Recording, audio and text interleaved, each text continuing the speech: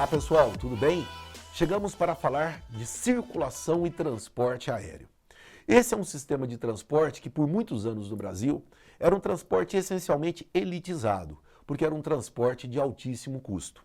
Nos últimos anos, o que se observa? Uma maior popularização desse transporte, principalmente para transportar pessoas, destacando-se principalmente por sua rapidez, sua agilidade.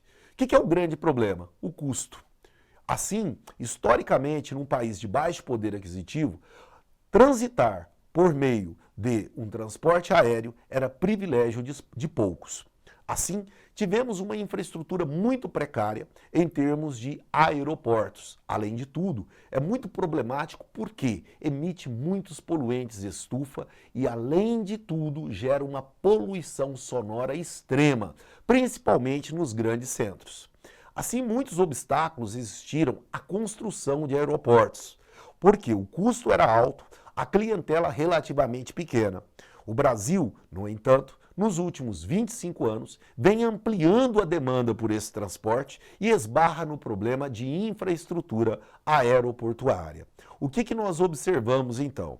Que nos últimos anos cresceu, por exemplo, a demanda por transportes rodoviário, mas também, transporte aeroviário, mas também cresceu uma nova demanda. Qual é? No campo, que vem utilizando significativamente estruturas de pequeno porte, ou seja, vem utilizando aviões de pequeno porte para o combate agrícola.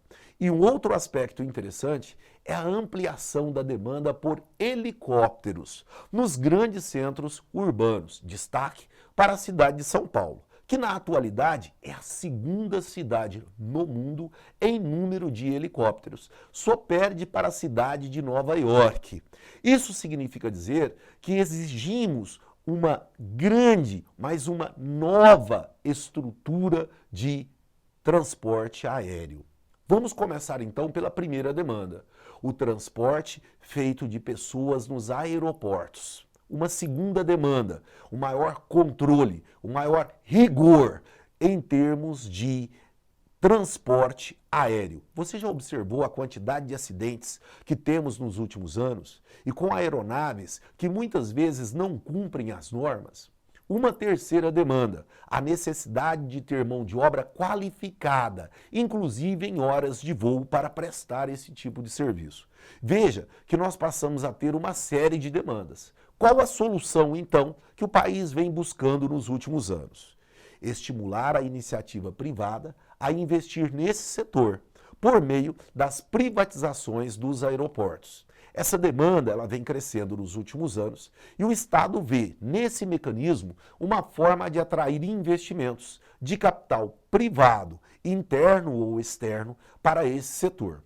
A promessa é ampliar a capacidade de competição, reduzindo um produto ou um serviço com um menor custo a cada ano. E mais do que isso, pensar em mecanismos que possam gerar empregos e atrair o investimento. Estava nascendo então um programa de investimento em logística, o PIL. Esse pacote de medidas tinha esse objetivo, promover a concessão ou privatização da infraestrutura de aeroportos do país, gerando uma grande quantidade de obras estruturais que seriam um fator fomentador de atração de capital e de geração de empregos. Obviamente, é necessário que exista um agente financiador.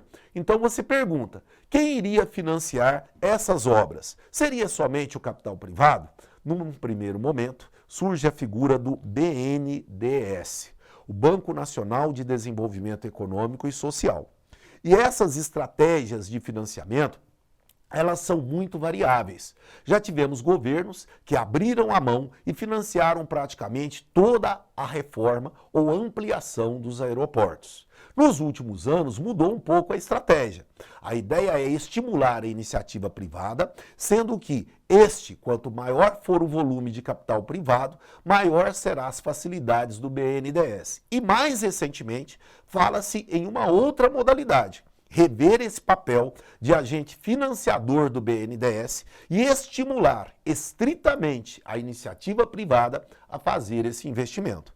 Então estamos aí às vésperas de uma nova realidade para esse setor, que é uma expectativa da população brasileira para melhorar o serviço, a segurança e a qualidade deste tipo de transporte no nosso país, que é uma demanda crescente e extremamente importante para a economia brasileira.